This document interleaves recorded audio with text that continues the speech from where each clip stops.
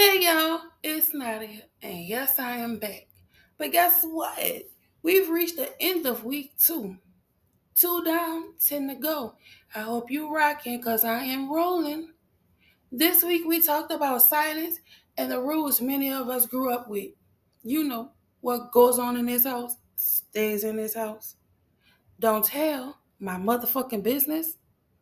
Don't cry because it's a sign of weakness. Don't ask, don't need. Handle that shit yourself. And today we're connecting all of it because I didn't just learn silence in childhood. No, I carried that shit into my relationships. Tragic mistake. One of the biggest things I'm realizing now is how rarely I spoke my feelings out loud. I never did. Not because I didn't have any, but hmm, because I was used to handling things internally. Translation, by my damn self. If something bothered me, I processed it quietly. If I needed reassurance, I tried to give it to myself, y'all. If I felt disconnected, I told myself to deal with it. Because needing too much never felt safe to express. So instead of communicating clearly, I adapted quietly and kept it the fuck moving. And that can create a lot of misunderstanding in relationships or not relationships because people can't respond to needs you never voice. And people thought I was crazy because I was quiet a lot. Another thing silence creates is tolerance. Yes, you tolerate things longer than you should. You internalize discomfort.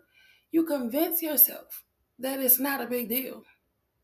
You downplay your own emotions and feelings. You rationalize behavior. You tell yourself to be patient, be understanding. Shit, be strong. That's what they call you anyway. Because speaking up feels unfamiliar as fuck. And confrontation feels uncomfortable as fuck.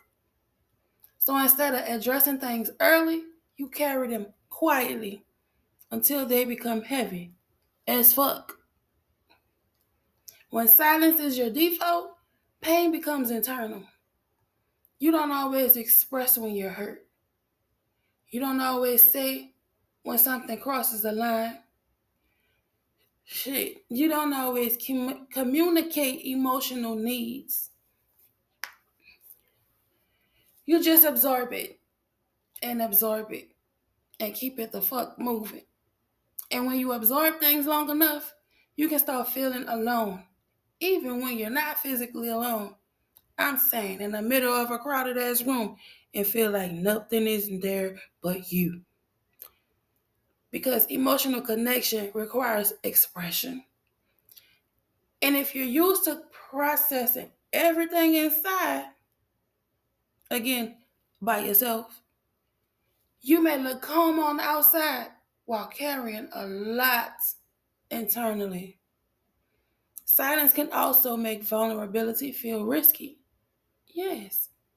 If you weren't taught to express emotions freely, opening up in relationships can feel uncomfortable as fuck. You might hold back certain feelings, keep certain thoughts to yourself, avoid deep emotional conversations, stay composed instead of exposed. Not because you don't care, no, but because vulnerability wasn't something you practiced early. So you stay guarded. You maintain control as much as possible. You keep parts of yourself protected. Hard shit.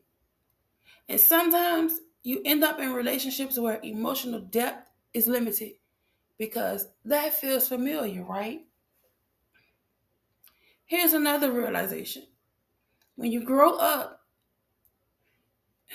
used to emotional distance, you can become comfortable with it. Not because it fulfills you, but because it feels normal. So you might accept less communication than you desire, less emotional presence, than you need, less vulnerability than you deserve.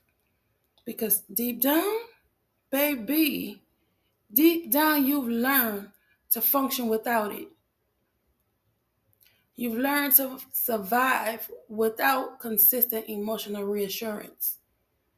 So you adapt again.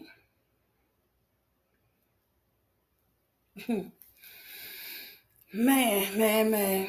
Looking back now, looking back, I can see how silence followed me like a dog from childhood into adulthood, into friendships, or at least what I thought was friendships, into relationships. Again, what I thought was a relationship.